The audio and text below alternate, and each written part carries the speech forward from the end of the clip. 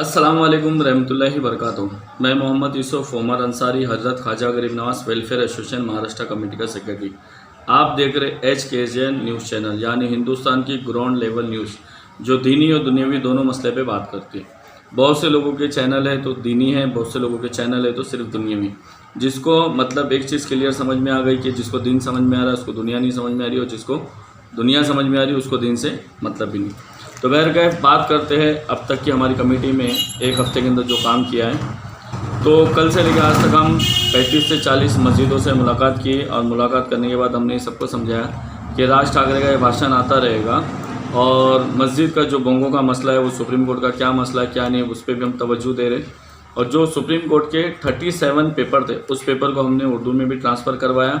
वो पेपर को भी हम तकरीबन मस्जिदों तक पहुँचाएँ और भी मस्जिदों तक पहुँचाएँगे, ताकि वो सुप्रीम कोर्ट की गाइडलाइन है ना, जो वो पढ़े और पढ़ने के बाद देखिए कि क्या लिखा हुआ है क्या नहीं लिखा हुआ है। मीठा मीठा लॉलीपॉप खा के पुलिस को कोऑपरेट करने वालों को, सदर सेक्रेटरियों को नहीं पता है कि अजान का अहम मसला क्या है। अजान का अहम मसला समझ में नहीं आता है। क्यों नहीं समझ में आता? क्योंकि तकरीबन मस्जिदों के जो सदर सेक्रेटरी होते हैं वो या तो कोई पॉलिटिकल नेता होते हैं या तो स्क्रैप यानी भंगार का काम धंधा करने वाले होते हैं, और उनको पुलिस को चाय पिलाने में, पैसा देने में, बातचीत करने में बहुत ज़्यादा मज़ा आती। इसलिए वो हर चीज़ को क्या बोलते हैं, सर हम आपको कोऑपरेट कर रहे हैं, आप हमें कोऑपरेट करो। मस्जिदों की अज़ानें बंद होती है, हम आपको कोऑपरेट कर रहे हैं। बयान करने मौका नहीं मिलेगा, हम आपको कोऑपरेट कर रहे हैं। लॉकडाउन के महीने में मस्जिदों में नमाज़ पढ़ने नहीं मिला, हम आपको कोऑपरेट कर रहे हैं। लॉकडाउन के महीने में कोरोना के नाम पे उसके बावजूद भी शराब खुलेआम बिकी, पुलिस वालों ने मस्जिदों में घुस के लोगों को मारा, और शराब पीने वाले बेचने वालों को लाइन लगा लगा के जो है शराब पिलाए, सर हम आपको कोऑपरेट कर रहे हैं। आखिर ये सदर सेक्रेटरी इतना कोऑपरेट क्यों करते हैं? उसका अहम मकसद ये होता है कि सदर सेक्रेटरी तकरीबन मस्जिदों के जो होते हैं ना वो करोड़पति होते हैं, और उनके पास इतना पैसा होता है कि उनके दिलों दिमागों में डर बैठा रहता है। तो ये सबसे अहम वजह है कोऑपरेट करने की वजह। दूसरा मसला ये कि हमने अभी तक क्या क्या काम किया, ये चीज़ आपको बताना ज़रूरी। सबसे पहला, जब राज ठाकरे का मुसलसल भाषण चल रहा था तो हमने जो है 1 मई को राज ठाकरे का जो भाषण हुआ औरंगाबाद में, उसके बाद फ़ौरन हमने 2 मई को मुंबई पुलिस कमिश्नर से मुलाकात की, और मुलाकात करने के बाद हमने साफ साफ अल्फाज में बता दिया था कि राज ठाकरे का अगर अगला भाषण आएगा तो हम पुलिस चौकी में जाके FIR करेंगे, जो अब तक किसी मस्जिदों ने नहीं किया। किसी कायदीन, किसी रहनुमा, किसी पीर, किसी खानकाई पीर, किसी सज्जादा नशीन, किसी गद्दी नशीन ने नहीं किया। अल्लाह उसके रसूल का शुक्र है, हुजूर अलैहिस्सलाम का हम पे करम है, गरीब नवाज़ सरकार और बिलखुसूस आला हज़रत का हम पे करम है कि अल्लाह ताला ने हमें वो तौफीक दी। तो सबसे पहली बात, हमने पुलिस चौकी के बारे में हमने पुलिस कमिश्नर को बता दिया था कि अगला अगर भाषण राज ठाकरे का आएगा तो हम राज ठाकरे के खिलाफ FIR करेंगे। और फिर जब हमने 2 तारीख को बोला तो उसके बाद ठीक 4 तारीख को जो है राज ठाकरे ने प्रेस कॉन्फ्रेंस की, और प्रेस कॉन्फ्रेंस में फिर उसने बोला मेरा मकसद जो है फजर की यानी सुबह की अजान का 4 बजे की अजान का मकसद नहीं, मेरा मकसद जो है असल जो है 5 टाइम का अजान जो बोंगे में होता है, लाउड स्पीकर में होता है, वो बंद कराना अहम मकसद है। मगर कोऑपरेट करने वाले सदर सेक्रेटरियों को ये नहीं पता है कि असल राज ठाकरे का मकसद क्या है, जो मैं आपके सामने साफ बताना चाहता हूँ। दूसरा मसला ये है, जब हमने मुंबई पुलिस कमिश्नर को बोल के आने के बाद हमारी प्रेस कॉन्फ्रेंस 9 मई को थी, मगर प्रेस कॉन्फ्रेंस हमने कैंसिल करी, और 9 मई को जो है शिवाजी नगर पुलिस थाने ACP DCP में हमने लेटर दिया है कि राज ठाकरे से पे जल्द से जल्द FIR होना चाहिए, और इंशाल्लाह जब तक हमारी FIR नहीं होगी हम प्रेस कॉन्फ्रेंस भी नहीं करेंगे, क्योंकि हम भाषणबाजी को, बयानों को नहीं मानते, हम काम को मानते। भाषणबाजी से इलेक्शन जीता जा सकता है, काम कामयाब नहीं होता है। दीन हमेशा काम से कामयाब, दीन जो है काम से कामयाब हुआ है, ना ही भाषणबाजी और जुमलेबाजी से कामयाब हुआ है। तो FIR का हमारा प्रोसीजर चालू है। दूसरी बात, हमने जो है वॉल्यूम चेक करने की मशीन भी ले ली 11,000 रुपये की। अल्लाह का शुक्र है, अल्लाह के बंदे ने हमें सपोर्ट किया और 11,000 की वॉल्यूम चेक करने की हमें मशीन भी दिला दी। तो इस मशीन से हमने आज चेंबूर रेलवे स्टेशन में ट्रेन का हॉर्न भी चेक करा। इसी वीडियो में आप अभी देख लीजिए। अस्सलाम वालेकुम रहमतुल्लाहि बरकातुहू। मैं मोहम्मद यूसुफ उमर अंसारी हज़रत ख्वाजा गरीब नवाज़ वेलफेयर एसोसिएशन महाराष्ट्र कमेटी का सेक्रेटरी। जिस तरह पूरे महाराष्ट्र में और पूरे हिंदुस्तान में जो अज़ान के मसले में वाद विवाद फैला हुआ है, तो इस वक्त मैं चेंबूर रेलवे स्टेशन पे हूँ, और मेरे जस्ट पीछे जो है इस तरफ जो झाड़ दिख रहा है, और ये पिंक कलर की बिल्डिंग दिख रही है, ये म्यूनसिपैलिटी सरकारी स्कूल है। इसी स्कूल में हिंदी पढ़ाई, इंग्लिश पढ़ाई और उर्दू की जो है 1ली से 10वीं तक है, यानी फ़र्स्ट क्लास से 10वीं तक है। और जस्ट इसके बाजू में जो है 30 मीटर के आसपास 30 मीटर के आसपास जो है रेलवे स्टेशन है। और रेलवे स्टेशन में जो ट्रेन की आवाज़ कितनी आती है, ट्रेन में जो ट्रेन हॉर्न मारती है, वो भी मैं आपको अभी बताने वाला हूँ। तो अभी शायद इस तरफ से ये प्लेटफॉर्म नंबर 2 है, इस तरफ से शायद वीटी जाने वाली और इस तरफ वाशी जाने वाली जो प्लेटफॉर्म नंबर 1 पे गाड़ी आती है, उसका हॉर्न कितना रहता है मैं आपको अभी बताने वाला हूँ। इंशाल्लाह शायद दोनों में से कोई ना कोई एक ट्रेन आए तो आपको बताऊँ। ये हमने वॉल्यूम चेक करने की जो मशीन है, हैवी क्वालिटी की, हमने वो ले लिया है और शायद कोई ना कोई ट्रेन आए तो मैं अभी आपको उसका हॉर्न सुनाता हूँ, जो हॉर्न क्लियरली स्कूलों में जाता है। और इधर आसपास दूसरा ये अंबेडकर कॉलेज भी इधर बाजू में है, चेंबूर का बाबा साहब अंबेडकर कॉलेज के नाम पे। तो ट्रेन जैसे ही आती है मैं अभी उसका हॉर्न सुनाता हूँ और जब ट्रेन चलती है उसकी आवाज़ कितनी होती है वो भी मैं आपको बताता हूँ। आ गई है,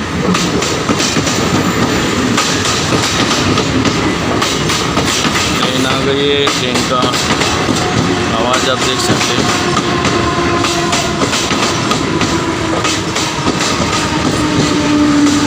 एटी 81 तक है।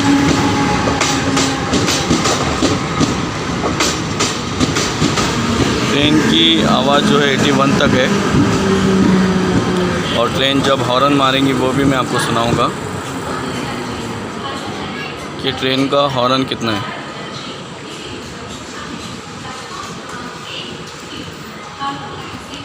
पनवेल ट्रेन है ये, जस्ट मेरे पीछे है और ये अब निकलने के टाइम डेफिनेटली हॉर्न मारेगी। तो इसको मैं मैक्स कर देता हूँ। हॉर्न इसका जो है 61 पे हॉर्न था। तो ये आपने देखा कि चेंबूर रेलवे स्टेशन में हमने ट्रेन का हॉर्न चेक करा। ट्रेन आती है तो उसकी स्पीड कितनी रहती है, ट्रेन चलती है तो उसकी स्पीड कितनी होती है, ट्रेन हॉर्न बजाती तो उसकी स्पीड कितनी होती। तो दोस्तों बुजुर्गों, बहुत से लोगों का ये कहना रहेगा कि भाई ट्रेन तो कॉमन चीज़ है, काम धंधे की चीज़ है।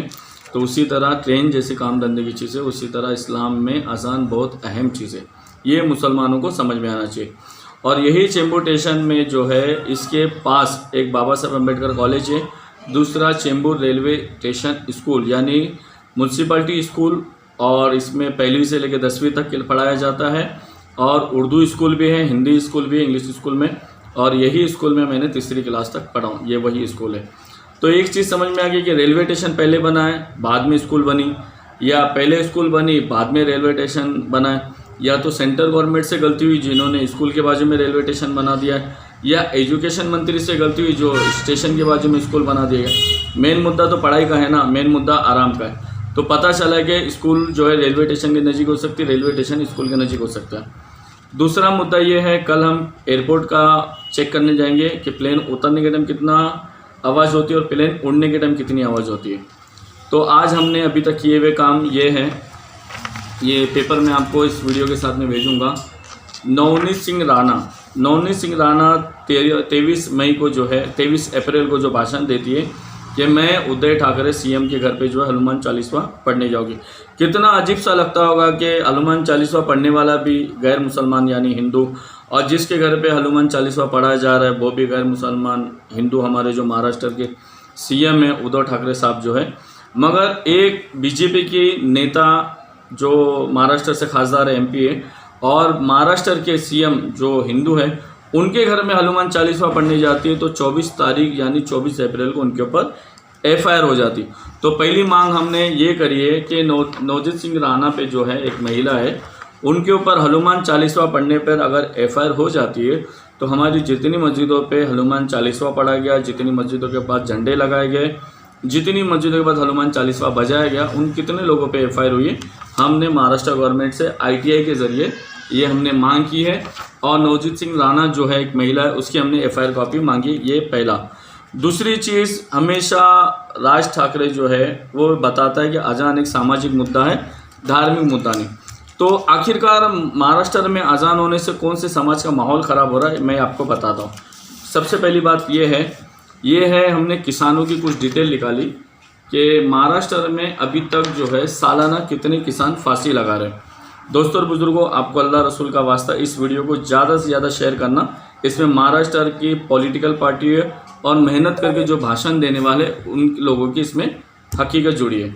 तो महाराष्ट्र में 2019, 2020, 2021 और 2022 में किसानों की फांसी लगाने की तादाद बढ़ती जा रही है।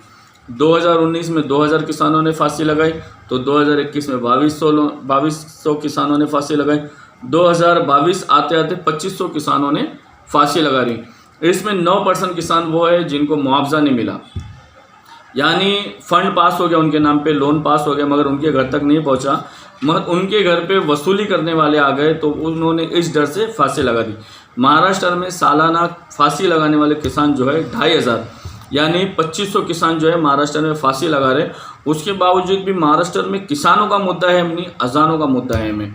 कितना सीरियस मुद्दा है अजानों का आपको पता नहीं, क्योंकि अजानों से ना हज़ारों लाखों महाराष्ट्र में लोगों की जान जा रही, क्योंकि खेती करने वाले मजदूर मजबूर होकर किसानों की जान जा रही। उससे जो है राज ठाकरे को कोई प्रॉब्लम नहीं। यानी एक साल में 2500 किसान और महीने में जो है 150, 200, कभी 300, यानी एक दिन में 35-40 किसान, यानी हर एक घंटे में महाराष्ट्र में किसान फांसी लगा के मर रहा है, चाहे वो हिंदू हो चाहे वो मुसलमान हो। हमारे किसान मजबूर मोहताज, जो खेतों में हल चलाते, जो ट्रैक्टर चलाते, जो मजबूरी करते, इन नेताओं के जैसे बड़ी बड़ी बात नहीं करते, चाहे वो किसान मुसलमान हो या किसान वो हिंदू है, वो इंसान मगर इतने मजबूर हो जाते हैं वो किसान लोगों को खाना खिलाने के लिए कि मजबूरन उनको खुद को जान देनी पड़ती। मगर वो महाराष्ट्र का विषय नहीं। दूसरा विषय इतना है कि महाराष्ट्र में और मुंबई में अजान कैसे हो रही है। अजान की वजह से राज ठाकरे को जो है बहुत सीने में दर्द दे रहा है और सर में भी दर्द दे रहा है। तो ये हमने किसानों की लिस्ट तैयार करी है और इंशाल्लाह इसकी डिटेल जो है हम जब प्रेस कॉन्फ्रेंस करेंगे तब बताएंगे। दूसरा मुद्दा है मुंबई में एयरपोर्ट। मुंबई में जब बस से उतरती और कितनी आवाज़ से चढ़ती, ये भी हमने मुंबई एयरपोर्ट से माहिती मांगी है। यानी ITI हमने बोला है कि मुंबई में जब एयरपोर्टों पे जब प्लेन उतरती है तो उसकी आवाज़ कितनी होती है और उसकी आवाज़ कितनी ज़्यादा होती है और कितनी कम होती है, उसके भी हमको रिपोर्ट दीजिए। इसी तरह मुंबई रेलवे, हमारी ये मुंबई रेलवे के भी हमने ITI मांग के रिपोर्ट मांगी है कि मुंबई में जो रात में 2 बजे ट्रेन बंद होती है और सुबह 4 बजे चालू होती है। यानी मैं आपको बता दूं, सुबह 4 बजे से लेके रात 2 बजे तक, यानी 24 घंटे में 22 घंटा ट्रेन चलती है, रेलवे ट्रेन। और 22 घंटे के अंदर जो ट्रेनें चलती है, हर 3 मिनट, 4 मिनट, 5 मिनट, 10 मिनट के अंदर आपको हर जगह पर रेलवे ट्रेन चलती है। और रेलवे ट्रेन का हमने हॉर्न भी चेक करा, आपको बताया कि जब रेलवे ट्रेन स्टेशन पे आती तो 85, 95, 67, 72 और 70 और 19 के आसपास इसका हॉर्न और सायरन और इसकी स्पीड की आवाज़ होती। मगर रेलवे जो चलती है ना, उसकी वजह से ना किसी ऑफिस वालों को तकलीफ होती है, ना किसी घर वालों को तकलीफ होती। 3 मिनट 4 मिनट अजान चलने से तकलीफ हो रही, आधा घंटा 1 घंटा जो कीर्तन भजन होता है उसको जो है राज ठाकरे को बहुत तकलीफ हो रही। तो असल मुद्दा, सारा मुद्दा ले दे के हमको ये चीज़ समझ में आई 2 दिन के अंदर, 4 दिन के अंदर और 1 हफ्ते के अंदर, जो कौम के रहनुमा पुलिस को कोऑपरेट कर रहे हो, गवर्नमेंट को कोऑपरेट कर रहे हो, वो कौम कभी तरक्की नहीं पा सकती।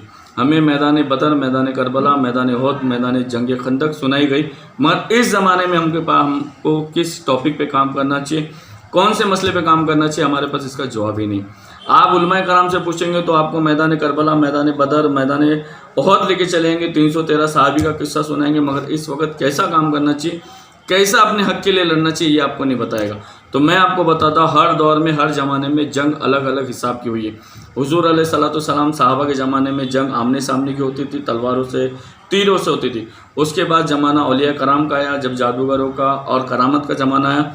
हुजूर अलैहिस्सलाम के बाद जब हज़रत ख्वाजा गरीब नवाज़ रज़ियल्लाहु तआला का दौर आया, तो इस तरफ से जादूगर जादू करते थे और हज़रत ख्वाजा गरीब नवाज़ रज़ियल्लाहु तआला ने जो अपनी करामत के ज़रिए दीन को फैलाया और जादूगरों का मुकाबला किया। हमारे ज़माने से पहले आला हज़रत अज़ीमुल बरकत का ज़माना आया, जब वहाबी, देवबंदी, अहले हदीस, कादियानी, जितने 72-73 फ़िरके आए, इन फ़िरकों का जवाब तन्हा आला हज़रत अज़ीमुल बरकत की जात ने, जब वो तहरीकी यानी राइटिंग में गुस्ताखी करते थे तो आला हज़रत अज़ीमुल बरकत तन्हा वो जात थी कि आपने राइटिंग में सामने आके जवाब दिया। मगर आज का जो ज़माना है, उस ज़माने में लड़ाई सामने वाला किस हिसाब से लड़ रहा और हम किस हिसाब से जवाब दे रहे हैं, हमको पता ही नहीं। 35 करोड़ मुसलमान होने के बावजूद, 3 से 4 लाख मस्जिद होने के बावजूद भी मुसलमान अपने आप को इतना बेबस समझ रहा है, इतना बेबस हो जा रहा है कि जैसा कि मुसलमान को पता ही नहीं। हमने कई मस्जिदों से और कई कमेटियों से बात किया, किसी कमेटी का कहना था, किसी नौजवान तंजीमों का कहना था कि मरकज़ से कुछ फ़ैसला नहीं आया, कायदीन ने कुछ जवाब नहीं दिया और किसी का कहना था कि बड़े लोग क्या काम कर रहे हैं, बड़े लोगों ने तो कुछ बोला नहीं, बड़े लोग आवाज़ क्यों नहीं उठा रहे। तो मेरे दोस्तों और बुजुर्गों और मेरे भाइयों, कब्र में जाने के बाद मरकज़ से फ़ैसले के बारे में नहीं पूछा जाएगा। आपके रहते हुए, मेरे रहते हुए मस्जिदों की अज़ानें कैसी बनी हुई, वो पर्सनली आपसे और मेरे से पूछा जाएगा। मुसलमान इतने भोले बन जाते हैं कि जब दीन का मसला आता है ना, तो मरकज़ का इंतज़ार करते हैं, कायदीन का इंतज़ार करते हैं, बड़े रहनुमा का, बड़ी कमेटी का इंतज़ार करते हैं। एक मोबाइल की पिन लेने से लेकर खुद का ज़ाती घर लेने से लेकर खुद के लिए गर्लफ्रेंड ढूंढने तक सारे फैसले खुद करने वाला मुसलमान, जब अल्लाह उसके रसूल की शान में तौहीन हो जाती है, मस्जिदों की अज़ानें बंद हो जाती, तो सारा मामला उठा के इमाम कमेटियों पे, कमेटी कायदीन पे, कायदीन मरकज़ पे, सब एक दूसरे पे ढकल के आराम से अपनी दुनिया में मस्त हो जाते। तो मैं आपको एक बात क्लियरली बताना चाहता हूँ कि कब्र में जाने के बाद आपसे किसी कायदीन, किसी रहनुमा, किसी पीर के बारे में नहीं पूछा जाएगा। आपसे आपके अमाल के बारे में पूछा जाएगा, अल्लाह उसके रसूल की शान के बारे में पूछा जाएगा। वहाँ कोई मरकज़, कोई कायदीन, कोई पीर, कोई आपके काम नहीं आएगा, क्योंकि जिन लोगों ने अपने अपने ज़माने में काम किया वो हमारे सब सर के ताज है। और इस ज़माने में हमें क्या काम करना चाहिए, इस बारे में आप ज़रूर सोचें, कमेंट बॉक्स में ज़रूर लिखें और इस वीडियो को ज़्यादा से ज़्यादा शेयर करें। आपको अल्लाह उसके रसूल का वास्ता। अस्सलाम वालेकुम रहमतुल्लाहि बरकातुहू।